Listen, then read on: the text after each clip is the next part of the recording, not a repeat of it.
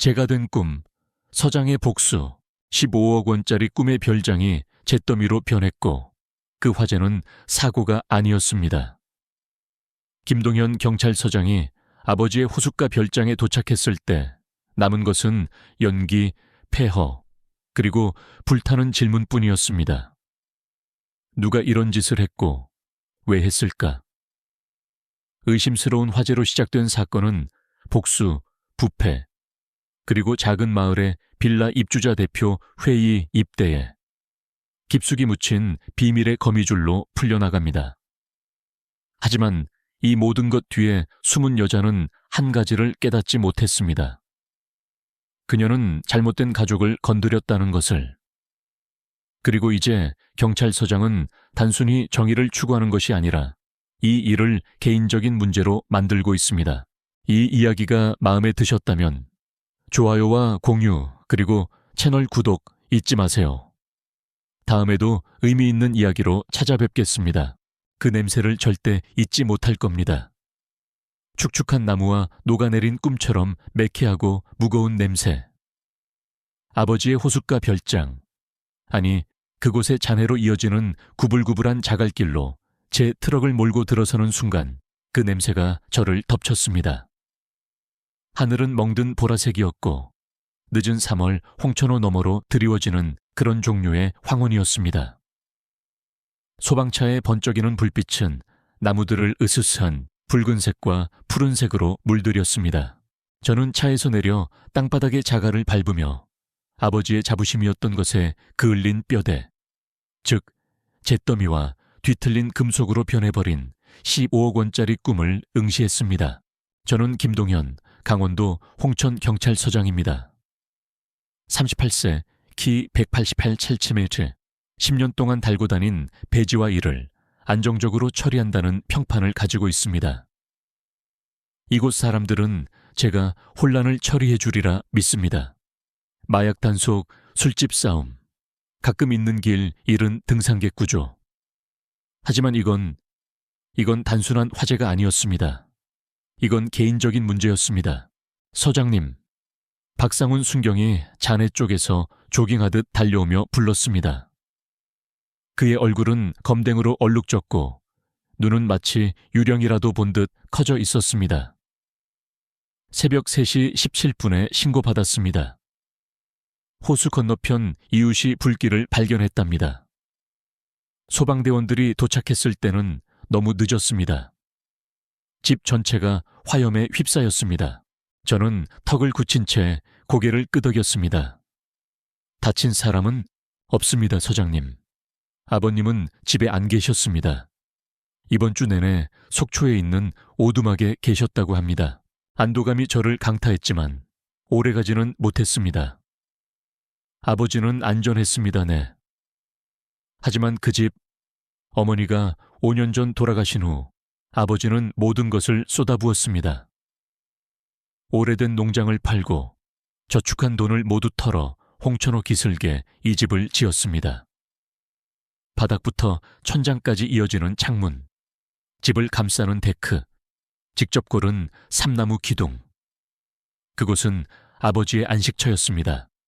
그리고 이제 사라졌습니다. 원인이 뭔지 짐작 가는 거 있나? 제가 더 가까이 다가가며 물었습니다. 공기는 타버린 단열재의 악취로 가득 차 제 폐를 찔렀습니다. 박순경은 여전히 뜨거운 부분을 호수로 식히고 있는 소방관들을 힐끗 보며 망설였습니다. 소방서장님 말씀으로는 의심스럽다고 합니다. 너무 빠르고 너무 뜨거웠다고요. 춘천에서 방화감식반원을 부르고 있습니다.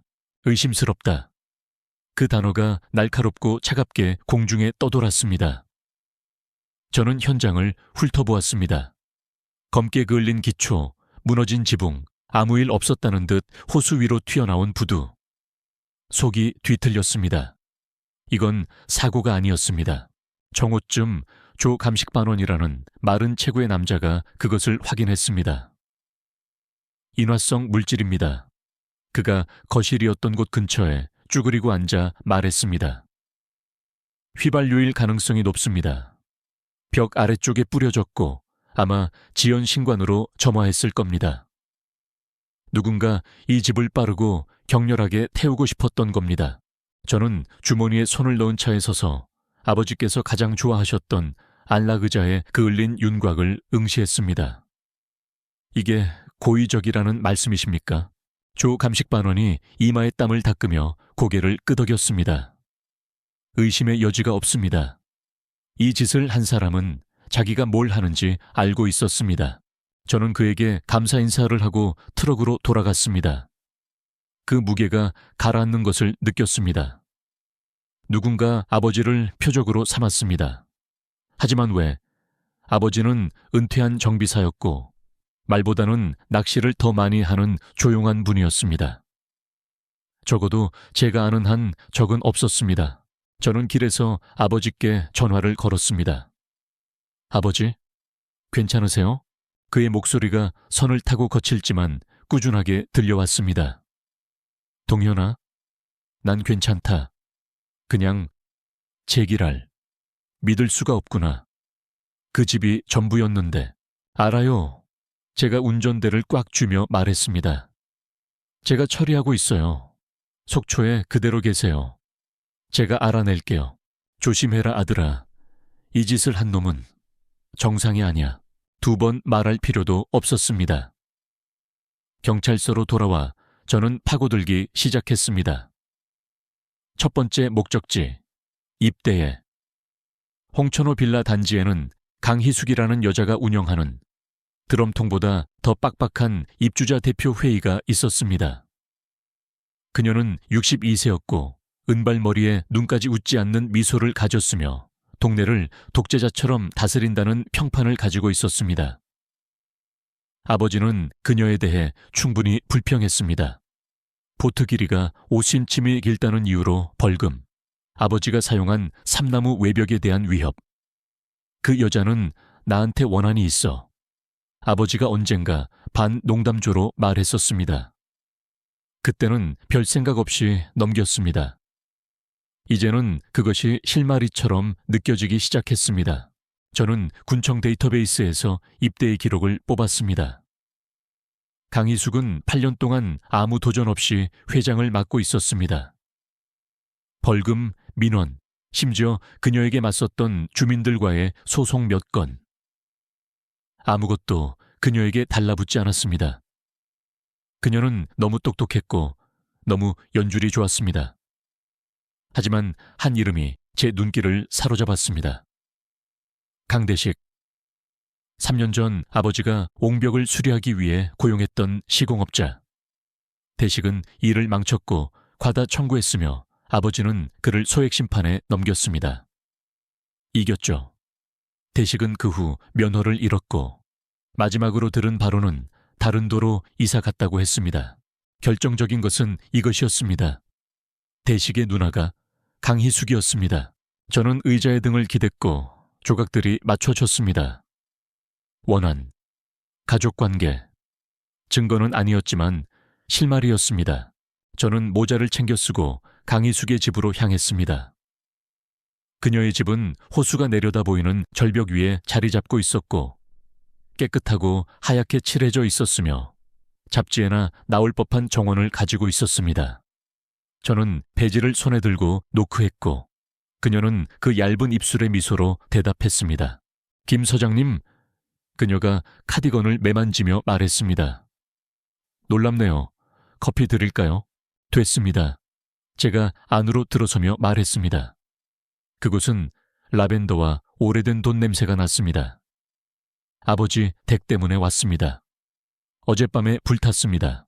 그녀의 눈이 아주 잠깐 흔들렸지만 저는 포착했습니다. 오, 끔찍하네요. 사이렌 소리 들었어요. 정말 안 됐어요. 네, 정말 안 됐죠. 방화라고 하더군요.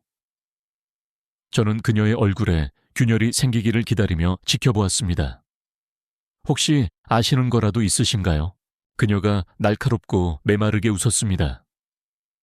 저요, 서장님? 제가 그런 짓을 할 에너지가 있다고 생각하시다니 영광이네요. 저는 그냥 이 동네 질서나 유지하는 늙은 여자일 뿐이에요.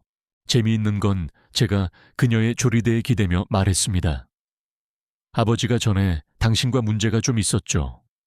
벌금, 민원, 그리고 당신 동생 강대식 씨도 있고요. 그 소송에서 진 걸 별로 좋아하지 않았던 모양이던데요. 그녀의 미소가 사라졌습니다. 억측이 심하시네요, 서장님. 대식이는 오래전에 떠났어요. 그리고 저는 당신 아버지와 아무런 문제도 없어요. 혐의가 있으시면 증거를 가져오세요. 그러죠? 제가 모자를 까딱하며 말했습니다. 기대하세요. 그날 밤 저는 잠을 이룰 수 없었습니다. 경찰서는 조용했고 단지 히터 소음과 제 책상 램프의 깜빡임 뿐이었습니다. 저는 모든 것을 샅샅이 뒤졌습니다. 강희숙의 재정 기록, 통화 기록, 심지어 호숫가 도로의 교통 카메라 영상까지. 아직 확실한 것은 없었습니다. 하지만 제 가슴속의 불은 꺼지지 않았습니다. 이것은 더 이상 아버지의 집만의 문제가 아니었습니다. 이것은 정의에 관한 문제였습니다. 그때 박순경이 숨을 헐떡이며 뛰어 들어왔습니다. 서장님, 뭐 찾았습니다. 이웃집 보안 카메라에 화재 당일 새벽 2시에 서장님 아버님 댁 근처에 있던 차가 찍혔습니다. 검은색 세단, 부분 번호판. 조회해봤습니다. 그래서 최만식이라는 남자 명의로 등록되어 있습니다. 최만식. 제가 미간을 찌푸렸습니다. 누군데? 전과자입니다. 절도죄로 복역했습니다. 누구 밑에서 일하는지 아십니까? 박순경이 암울하고 승리감에 찬 미소를 지었습니다. 강희숙. 그녀의 정원사입니다. 제 맥박이 빨라졌습니다. 주소 알아내. 당장 우리는 10마일 떨어진 허름한 트레일러에서 최만식을 발견했습니다. 그는 현관에서 연신 담배를 피우고 있었습니다. 그는 마르고 초조했으며 족제비 같은 얼굴을 하고 있었습니다. 저는 시간을 낭비하지 않았습니다. 최만식 씨, 제가 배지를 보여주며 말했습니다.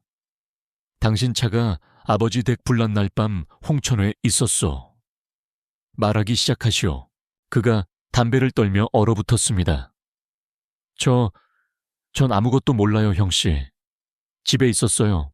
다시 말해봐. 박순경이 더 가까이 다가서며 으르렁거렸습니다. 최만식은 마른 나뭇가지처럼 부러졌습니다. 알았어요. 그 여자가 돈 줬어요. 강희숙 500만 원 주고 그 집 태우라고 했어요. 개인적인 일이라고 동생에 관한 거라고 했어요. 전 질문 안 하고 그냥 했어요. 저는 그의 자백이 가라앉는 것을 느끼며 그를 응시했습니다. 강희숙, 입대의 여왕. 그녀가 3년 묵은 원한 때문에 아버지의 꿈을 불태웠습니다. 수갑 채워 제가 박순경에게 말했습니다. 그리고 검사한테 전화해. 이걸 끝내겠어. 경찰서로 돌아오는 길은 조용했습니다. 박순경의 순찰차 뒷좌석에서 최만식의 수갑이 덜컹거리는 소리만 빼고요. 그는 실토한 후 입을 다물었고 마치 아버지 집과 함께 자신의 인생도 불태웠다는 것을 아는 사람처럼 창밖을 응시했습니다. 저는 그의 후회 따위는 신경 쓰지 않았습니다. 저는 강희숙을 신경 썼습니다. 그녀는 이 일을 계획했고 저질 인간에게 돈을 주고 아버지의 꿈을 불태웠습니다. 그리고 저는 그녀가 반드시 대가를 치르도록 할 작정이었습니다. 책상으로 돌아와 저는 퍼즐 조각처럼 단서들을 펼쳐놓았습니다. 최만식의 자백은 결정적이었지만 충분하지 않았습니다. 강희숙은 교활했습니다. 수년간 입대의 민원을 피해 온 경험은 그녀를 흔적 감추기의 전문가로 만들었습니다. 그녀를 돈, 명령, 그리고 화재 자체와 연결시키는 확실한 증거가 필요했습니다. 제 직감은 그녀가 유죄라고 소리쳤지만 제 배제는 증거를 요구했습니다. 박순경, 제가 불렀습니다. 최만식 은행 기록 가져와. 그 500만 원 찾아봐. 그리고 전화 기록 뽑아와. 문자, 통화, 강희숙 번호랑 관련된 거 뭐든지. 알겠습니다, 서장님. 그가 이미 타자를 치며 말했습니다. 저는 이제 차갑고 쓴 커피를 집어들고 책상 위 아버지 사진을 응시했습니다. 아버지와 어머니, 집이 완공된 날 호숫가 데크에서 환하게 웃고 있는 모습. 어머니는 1년 후 암으로 돌아가셨고 그 집은 아버지의 생명줄이 되었습니다. 강희숙은 단지 나무와 유리만 태운 것이 아니었습니다. 그녀는 아버지의 심장을 태웠습니다. 전화벨이 울려 저를 생각에서 깨웠습니다. 조 감식반원이었습니다. 서장님, 다른 걸 찾았습니다.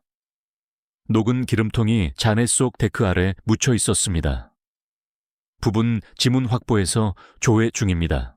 계속 보고해줘요. 제가 아드레날린이 솟구치는 것을 느끼며 말했습니다. 지문은 이 사건을 마무리 지을 수 있었습니다. 아침까지 우리는 더 많은 것을 확보했습니다. 최만식의 은행 계좌에는 화재 이틀 전 500만 원이 입금된 내역이 있었습니다. 유령 회사와 연결된 계좌에서 송금된 것이었습니다. 박순경이 추적하는데 1시간이 걸렸습니다. 강희숙의 죽은 남편이 몇 년 전 컨설팅 명목으로 설립한 것이었습니다. 그녀는 입대의 장부에는 기록하지 않고 조용히 유지했습니다. 엉성했지만 저를 피할 만큼 엉성하지는 않았습니다. 전화 기록은 더 빈약했습니다. 최만식에게 직접 건 전화는 없었지만 화재 당일 밤 그녀의 기지국에서 대포폰 번호가 포착되었습니다. 정황 증거였지만 쌓여가고 있었습니다. 저는 다시 강희숙의 집으로 차를 몰았습니다. 해가 호수 위로 떠오르고 있었습니다. 그녀의 집은 마치 아무것도 건드릴 수 없다는 듯 거만하게 그곳에 자리 잡고 있었습니다. 이번에는 정중하게 노크하지 않았습니다. 영장을 손에 들고 문을 두드렸습니다. 그녀가 눈을 가늘게 뜨고 문을 열었습니다. 서장님, 일주일에 2번씩이나? 사람들이 말하겠네요. 됐어요. 제가 그녀를 지나쳐 안으로 들어서며 말했습니다. 최만식이 당신에 대해 불었어요. 아버지 집 태우는 대가로 500만 원. 우리에겐 돈, 시점, 증인이 있어요. 당신은 끝났어요, 강희숙 씨. 그녀의 얼굴은 움찔하지 않았고 단지 차갑고 계산적인 무언가가 스쳐 지나갔습니다. 황당한 이야기네요, 김 서장. 최만식은 거짓말쟁이에요. 그의 전과 기록 아시잖아요. 그리고 저는요. 저는 그냥 이 공동체를 지키는 슬픔에 잠긴 미망인일 뿐이에요. 원한 품은 슬픔에 잠긴 미망인이죠. 제가 쏘아붙였습니다. 강대식, 아버지 소송이 그를 망쳤고 당신은 그걸 그냥 넘길 수 없었죠. 이건 복수였어요. 아주 간단하게. 그녀가 팔짱을 끼고 얼음장 같은 목소리로 말했습니다. 증명하세요. 그러죠. 제가 그녀의 시선을 맞받아치며 말했습니다. 그리고 제가 증명하면 당신은 단지 입대의 왕좌만 잃는 게 아닐 겁니다. 감옥에 가게 될 거예요. 그녀는 눈 하나 깜빡하지 않았습니다. 행운을 빌어요, 서장님. 필요하실 테니까. 경찰서로 돌아오자 조 감식반원에게서 다시 전화가 왔습니다. 지문 일치합니다. 최만식, 기름통에서 발견했어요. 그가 범인입니다. 저는 숨을 죽이며 욕설을 내뱉었습니다. 최만식을 잡았지만 강희숙은 아니었습니다. 그녀는 조심했습니다. 지문도 직접적인 연결고리도 없었습니다. 그녀의 목소리, 그녀의 명령, 부인할 수 없는 무언가가 필요했습니다. 바로 그때 박순경이 크리스마스 아침의 아이처럼 환하게 웃으며 뛰어 들어왔습니다. 서장님, 이거 정말 좋아하실 겁니다. 최만식 트럭, 오늘 아침에 압수했습니다. 글러브 박스에서 대포폰을 발견했습니다. 강희숙의 유령 회사명의 번호로 보낸 문자. 일 끝났소. 내 돈은 어디 있소? 화재 당일 새벽 3시에 보냈습니다. 그녀의 답장은요. 지불했음. 입 다물고 있어. 저는 책상을 주먹으로 내리치며 승리감에 젖었습니다. 바로 이거야. 이게 연결고리야. 검사한테 전화 걸어. 그녀를 체포한다. 강희숙은 순순히 가지 않았습니다. 우리가 수갑을 가지고 나타났을 때 그녀는 격분했고 저를 깡패, 폭군이라고 불렀으며 그녀 없이는 동네가 무너질 것이라고 맹세했습니다. 저는 신경 쓰지 않았습니다. 박순경이 그녀의 손목에 금속을 채우는 것을 지켜보았습니다. 그녀의 완벽한 가면은 변호사와 불의에 대해 비명을 지르면서 무너져 내렸습니다. 첫 공판 준비 기일에서 그녀는 무죄를 주장했지만 증거는 산더미 같았습니다. 최만식의 증언, 문자 메시지, 자금 추적. 판사는 보석금을 6억 원으로 책정했고 그녀는 그들이 그녀를 끌고 나갈 때 돌처럼 굳은 얼굴로 앉아 있었습니다. 법정은 웅성거렸고 이웃들이 속삭였습니다. 어떤 이들은 충격을 받았고 어떤 이들은 예상했다는 듯 고개를 끄덕였습니다. 아버지께서 그날 오후 속초에서 올라오셨습니다. 우리는 읍내 식당에서 만났고 아버지는 커피를 홀짝이셨고 저는 먹고 싶지 않은 햄버거를 깨작거렸습니다. 아버지는 더 늙어 보였고 얼굴의 주름은 더 깊어졌지만 눈빛은 흔들림이 없었습니다. 그 여자 잡혔냐? 아버지가 물으셨습니다. 네, 제가 말했습니다. 그 여자랑 최만식 둘 다요. 방화, 공모, 최소 10년형 받을 거예요. 아버지가 천천히 고개를 끄덕였습니다. 잘 됐구나. 그 집, 그냥 집이 아니었어, 동현아. 우리였지. 나랑 네 엄마, 우리가 지은 거. 그 여자가 그걸 빼앗아 갔어. 알아요. 제가 목이 메어 말했습니다. 막지 못해서 죄송해요. 아버지가 손을 뻗어 제 손을 잡았습니다. 네가 막을 필요는 없었어. 네가 바로 잡았잖니. 그걸로 충분하다. 그 후 몇 주는 정신없이 흘러갔습니다. 입대인은 와해되었고 주민들은 서로 등을 돌렸습니다. 절반은 강희숙을 변호했고 절반은 개혁을 요구했습니다. 저는 그 일에서 빠져 사건에 집중했습니다. 최만식은 플리바겐 사법협조를 받아 5년형의 가석방 조건으로 합의했습니다. 강희숙의 재판은 6월로 예정되었지만 검사는 확신했고 사건은 빈틈없다고 말했습니다. 저는 어느 날 저녁 혼자 별장터로 돌아갔습니다. 잔해는 치워졌고 이제 물개는 평평한 흙에 흉터만 남아있었습니다. 부두는 여전히 서 있었고 기억처럼 뻗어 있었습니다. 저는 끝까지 걸어가 앉아서 고요함이 내려앉기를 기다렸습니다. 해가 낮게 기울어 호수를 황금빛으로 물들였고 저는 아버지에 대해 그가 어떻게 재건할지, 어떻게 치유될지에 대해 생각했습니다. 저도 어떻게 그럴지에 대해 제 전화가 울렸습니다. 박순경이었습니다.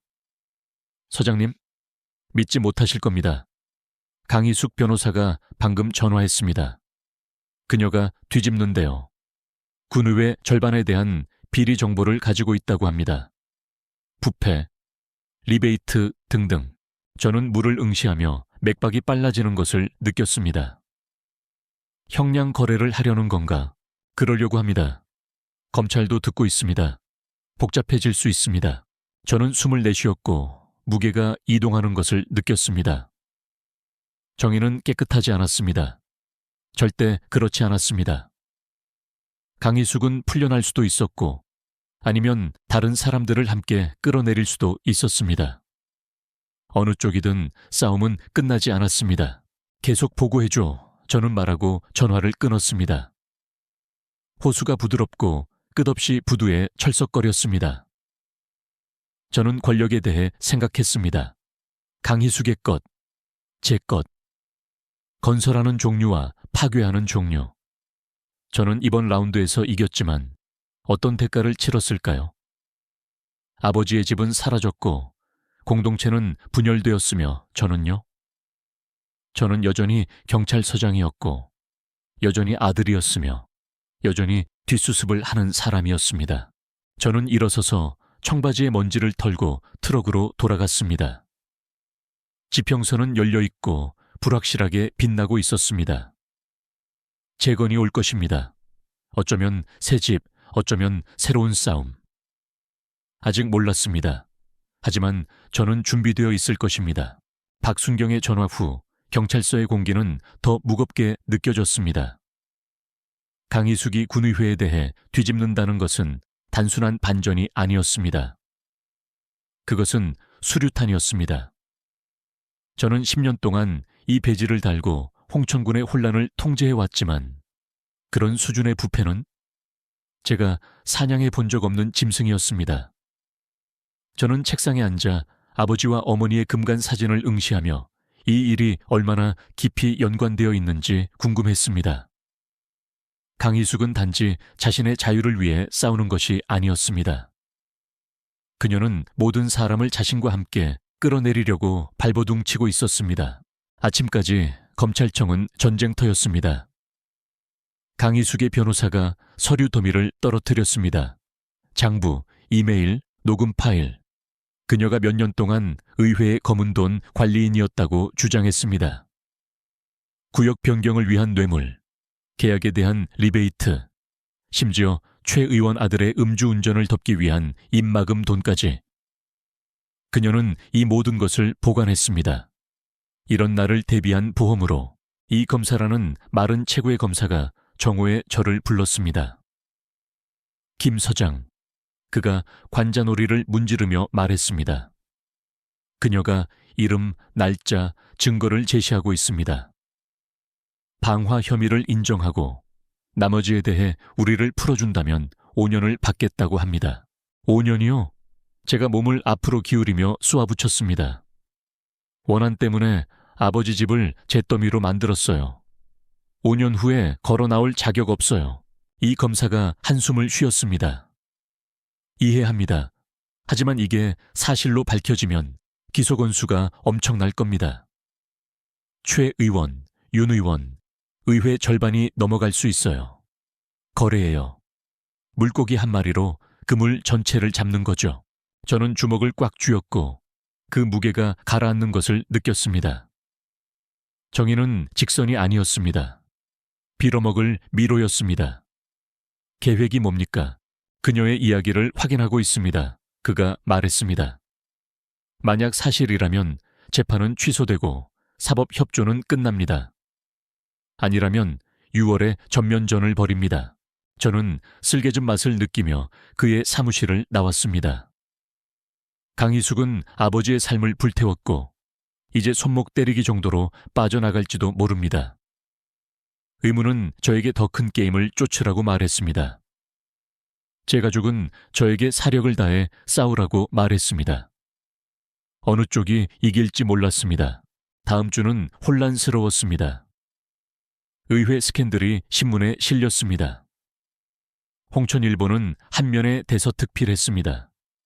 입대의 회장, 부패 고리 주장. 식당 사람들은 낚시 이야기를 멈추고 누가 잡혀갈지에 대해 속삭이기 시작했습니다. 박순경은 강희숙의 단서를 쫓느라 2배로 근무했고 저는 마치 제가 손가락만 튕기면 호수를 온전하게 만들 수 있다는 듯이 문제를 해결해달라고 애원하는 이웃들의 전화를 받았습니다. 아버지께서 금요일에 올라오셨고 그의 픽업 트럭이 경찰서 주차장으로 덜컹거리며 들어왔습니다. 아버지는 더 야위셨고 턱수염의 흰머리가 더 두드러졌지만 저를 껴안으실 때 소나기는 단단했습니다. 어떻게 지내세요? 제가 커피를 건네며 물었습니다. 아버지는 깃대를 바라보며 어깨를 으쓱했습니다. 더 좋았던 적도 있지. 보험회사가 질질 끌고 있구나. 방화 사건이라 복잡하다고 하더군. 집값의 절반이나 받으면 다행일 거다. 절반이요? 저는 숨을 죽이며 욕설을 내뱉었습니다. 말도 안 돼요. 제가 전화할게요. 하지 마라. 아버지가 날카롭게 말씀하셨습니다. 넌 충분히 했어, 동현아. 이건 네 짐이 아니야. 우리 짐이에요. 제가 쏘아붙였습니다. 그 여자가 우리 둘 댁에서 빼앗아 갔어요. 아버지는 반박하지 않고 그냥 커피를 홀짝이셨습니다. 그 여자는 어떻게 되고 있니? 저는 그에게 말했습니다. 최만식의 사법협조, 강희숙의 거래, 의회 문제. 5년을 언급했을 때 아버지의 턱이 굳어졌습니다. 그게 전부라고? 아마도요, 제가 말했습니다. 그녀의 이야기가 사실로 확인되면요. 아니라면 재판에서 묻어버릴 거예요. 아버지가 천천히 고개를 끄덕였습니다. 넌 옳은 일을 할 거다. 항상 그랬지. 저는 그를 믿고 싶었지만 옳은 것은 날이 갈수록 더 흐릿해지고 있었습니다. 2주 후 이 검색에서 전화가 왔습니다. 사실입니다. 모든 단어 하나하나가요. 영장 발부했습니다. 최 의원은 구금 중입니다. 윤 의원은 불고 있습니다. 강희숙의 거래는 끝났습니다. 5년형, 3년 후 가석방. 저는 수화기를 꽉 쥐었고 손마디가 하얗게 변했습니다. 그게 다라고요? 사람 인생을 불태우고 휴가를 얻는다고요. 김 서장, 우린 이제 더 큰 물고기들을 잡았습니다. 그녀는 이것에 비하면 잔챙이에요. 저한테는 잔챙이가 아닙니다. 저는 말하고 전화를 끊었습니다. 형량 협상 심리는 빠르고 냉정했습니다. 강희숙은 주황색 수의를 입고 마치 이긴 사람처럼 고개를 꼿꼿이 세우고 섰습니다. 그녀의 변호사가 진술서를 읽었습니다. 방화 및 공모 혐의 유죄, 의회 사건에 대한 전면 협조. 판사가 의사봉을 내리쳤고 그녀는 사라졌습니다. 춘천교도소로 이송되었습니다. 저는 뒤쪽에 손을 꽉 쥔 채 앉아 정의가 제가 거의 알아보지 못할 무언가로 뒤틀리는 것을 지켜보았습니다. 밖의 공기는 봄의 습기로 가득 차 있었습니다. 박순경이 트럭 옆에서 저를 만났습니다.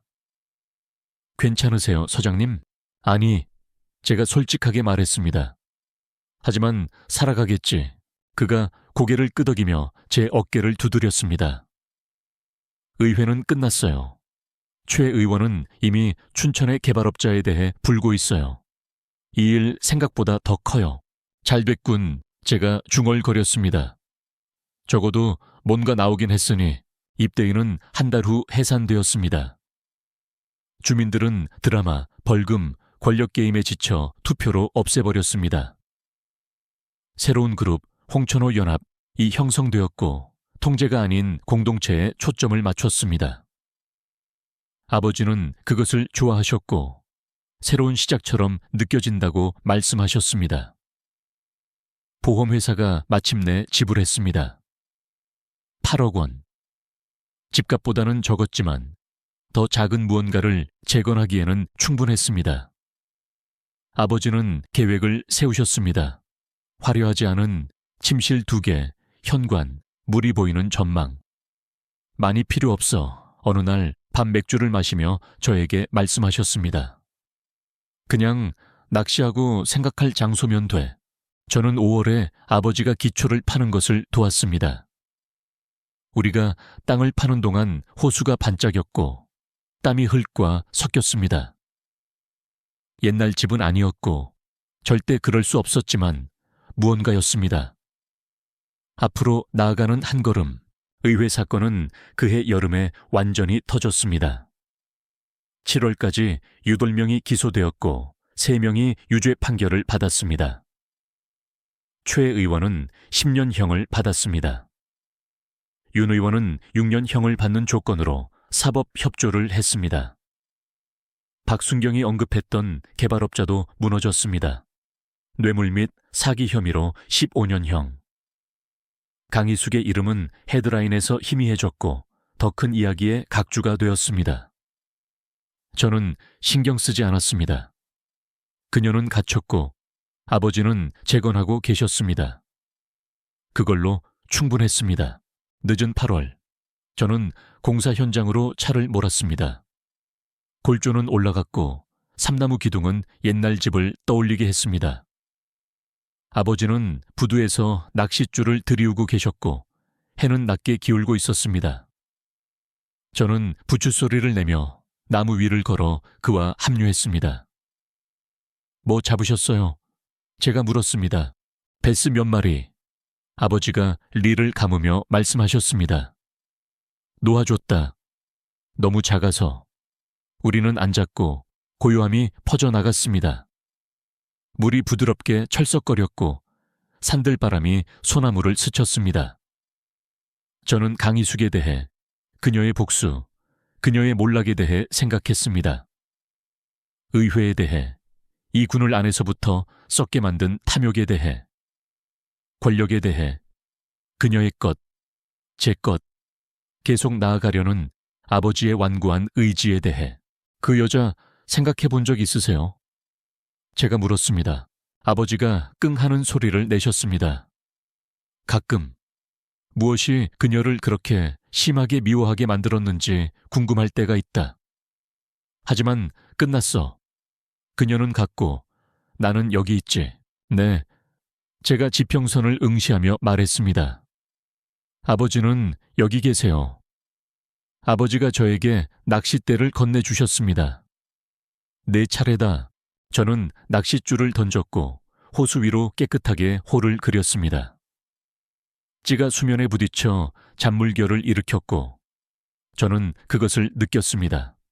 연약하지만 실제적인 평화의 깜빡임. 집은 다시 일어설 것입니다. 더 단순하지만 우리 것으로. 군은 치유될 것입니다. 혹은 그렇지 않을 수도 있습니다. 제 일은 계속될 것이고 배지는 무겁고 선택은 더 무거울 것입니다. 강희숙은 감옥에 있었지만 그녀의 그림자는 남아 있었습니다. 그녀가 어떤 뒤틀린 방식으로 우리를 먼저 부숨으로써 이겼을까요?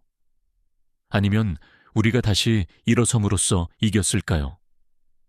저는 몰랐습니다. 어쩌면 중요하지 않을지도 모릅니다. 해가 지면서 하늘을 주황색과 분홍색으로 물들였습니다. 물고기가 낚싯줄을 당겼습니다. 희미하지만 끈질기게. 저는 리를 감지 않고 그냥 그것이 당기는 것을 지켜보다가 놓아주었습니다. 자유롭게. 좋은 집이 될 거다. 아버지가 낮은 목소리로 말씀하셨습니다. 네, 제가 동의했습니다. 그럴 거예요. 우리는 빛이 사라질 때까지 말없이 그곳에 머물렀습니다. 미래는 넓고 불확실하게 끝없는 호수처럼 펼쳐져 있었습니다. 가을이 홍천군에 천천히 조용히 스며들었습니다. 호수 가장자리를 금빛으로 물들이고 공기에 소나무와 흙냄새를 풍기는 그런 종류의 계절이었습니다. 10월까지 아버지의 새 집은 완공되었습니다. 경사진 지붕과 물가를 감싸는 현관이 있는 소박한 단층집. 그가 잃었던 웅장한 꿈은 아니었지만 그에게 어울렸습니다. 튼튼하고 소박했습니다. 저는 주말마다 아버지 옆에서 못질을 하며 그가 조금씩 다시 미소 짓는 것을 지켜보았습니다. 그것은 제가 달았던 어떤 배지보다 더 가치 있었습니다. 하지만 군은 여전히 비틀거리고 있었습니다. 의회 스캔들은 구시대의 인물들을 뿌리 뽑았습니다. 9월까지 3건의 유죄 판결이 더 내려졌고 개발업자의 재판에서는 악한 소까지 뻗어있는 유령 회사들의 거미줄이 드러났습니다. 강희숙의 이름은 이제 거의 언급되지 않았고 그녀의 5년형은 더 큰 물고기들이 튀겨지는 함성 속에서 속삭임에 불과했습니다. 저는 더 이상 그녀의 스포트라이트에 신경 쓰지 않았습니다. 그녀는 갇혔고 아버지는 집에 계셨습니다. 그것이 저의 승리였습니다. 하지만 평화는 오래가지 못했습니다. 어느 상쾌한 아침 박순경이 제 책상 위에 폭탄을 떨어뜨렸습니다. 기밀 도장이 찍힌 마닐라 봉투. 안에는 춘천교도소 소인이 찍힌 손으로 쓴 편지가 있었습니다. 강희숙의 동그란 필체가 저를 노려보고 있었습니다. 김 서장이라고 적혀 있었습니다. 당신이 이겼다고 생각하겠지만 판 전체를 보지 못하는군요. 제가 제 역할을 한 것은 맞아요. 하지만 자문해보세요. 누가 오래전 강대식의 싸움에 자금을 댔을까요? 당신 아버지 땅이 연기로 사라졌을 때 누가 이득을 봤을까요? 등기부 등본을 확인하세요. 매수자들을 확인하세요. 당신은 아직 끝나지 않았어요. 저는 맥박이 쿵쾅거리는 것을 느끼며 2번 읽었습니다. 조롱일까? 허풍일까? 아니면 실제 무언가일까? 저는 그녀의 원한이 개인적인 것이라고 생각했습니다. 강대식의 몰락, 그녀의 상처받은 자존심. 하지만 이것은 더 많은 것을 암시했습니다. 그녀 뒤에서 줄을 당기는 그림자. 박숭영, 제가 편지를 그에게 던지며 말했습니다. 이거 어떻게 생각하나? 그가 미간을 찌푸리며 훑어보았습니다. 당신을 가지고 노는 것처럼 들립니다. 하지만 등기부 등본과 매수자는 살펴볼 가치가 있을 수도 있습니다. 저는 물고 싶지 않았습니다. 사건을 종결했고 분노를 묻었습니다. 하지만 그 가려움, 저를 빌어먹을 정도로 좋은 경찰로 만들었던 그 가려움이 저를 그냥 내버려 두지 않았습니다. 저는 그날 오후 군청 기록실을 찾았습니다. 아버지의 옛 부동산 등기부 등본은 표준적이었고 6년 전 깨끗하게 아버지에게 이전되었습니다. 화재는 소유권을 바꾸지 않았습니다. 보험금이 지급되었고 아버지는 같은 부지에 재건했습니다. 하지만 강희숙의 말이 저를 갉아먹었습니다. 매수자들을 확인하세요. 저는 인접 필지들을 뽑아 호수 주변 매매 기록과 교차 확인했습니다. 대부분 가족들, 은퇴자들, 아버지처럼 조용한 삶을 쫓는 사람들이었습니다. 그러다 그것을 보았습니다. 동쪽으로 반 마일 떨어진 2만 평 부지, 화재 3주 후에 팔렸습니다. 매수자, 춘천의 한 지주회사, 지금 감옥에서 썩고 있는 개발업자와 같은 도시였습니다. 우연일까요? 아마도. 저는 더 깊이 파고들었습니다. 그 지주회사는 제가 알아본 이름과 연결되었습니다. 백 회장, 의회 비리를 피했던 부동산 거물, 혐의도 증거도 없었습니다. 단지 이 지역의 모든 더러운 거래에 그의 손이 닿아 있다는 속삭임뿐이었습니다. 그가 강희숙에게 자금을 댔을까요? 그녀의 원한을 이용하여 길을 열었을까요? 저는 그날 밤 부엌을 서성이며 아버지께 전화를 걸었습니다. 백 회장이라는 사람 들어보셨어요? 이름이 귀에 있구나. 아버지가 선을 타고 갈라지는 목소리로 말씀하셨습니다. 거물이지, 맞지? 얼마 전에 호숫가를 사들이려고 했었어. 내가 싫다고 했지. 내 자리가 너무 좋아서 속이 뒤틀렸습니다. 언제였어요? 내 엄마 돌아가시기 1년 전. 그는 그걸 좋게 받아들이지 않았어. 계속 제안을 보냈지. 얼마 후 그만뒀지만 저는 전화를 끊었고 조각들이 맞춰졌습니다. 백 회장은 호수를 원했습니다. 아버지의 거절이 그를 막았습니다. 그리고 강대식의 소송과 강희숙의 복수가 그에게 기회를 주었습니다. 아버지를 불태워 몰아내고 다른 사람들을 겁주고 먼지가 가라앉으면 헐값에 땅을 사들이는 것. 강희숙은 주모자가 아니었습니다. 그녀는 성냥이었습니다. 저는 다음 날 이 검색에 이것을 가져갔습니다. 그는 의자의 등을 기대고 회의적이었습니다. 김 서장, 증거가 없어요. 죄수의 편지와 몇 건의 부동산 매매. 그건 빈약해요. 실말입니다. 제가 단호하게 말했습니다. 백 회장은 더러워요. 당신도 알잖아요. 제가 이걸 추적하게 해주세요. 그가 한숨을 쉬었습니다. 좋아요. 조용히. 영장 없이 소란 피우지 말고 확실한 무언가를 잡을 때까지는요. 저는 일주일 동안 그림자를 쫓았습니다. 백 회장의 재무기록, 오래된 입대 회의록, 심지어 강대식의 마지막 알려진 주소인 미주리까지 추적했습니다. 그는 유령이었습니다. 하지만 주유소 직원은 그가 아버지와의 싸움에 자금을 댄 부자 놈들에 대해 격분했던 것을 기억했습니다. 모두 정황 증거였습니다. 아직 결정적인 증거는 없었습니다. 한편 홍천호 연합은 뿌리를 내렸습니다. 새로운 얼굴들이 나섰고 권력 싸움에 지친 사람들이 공동체를 살리는 데 집중했습니다. 그들은 아버지의 옛집이 있던 자리에 나무를 심었고 일종의 기념비였습니다. 아버지는 그것을 좋아하셨고 어머니가 지켜보는 것 같다고 말씀하셨습니다. 저도 좋았습니다.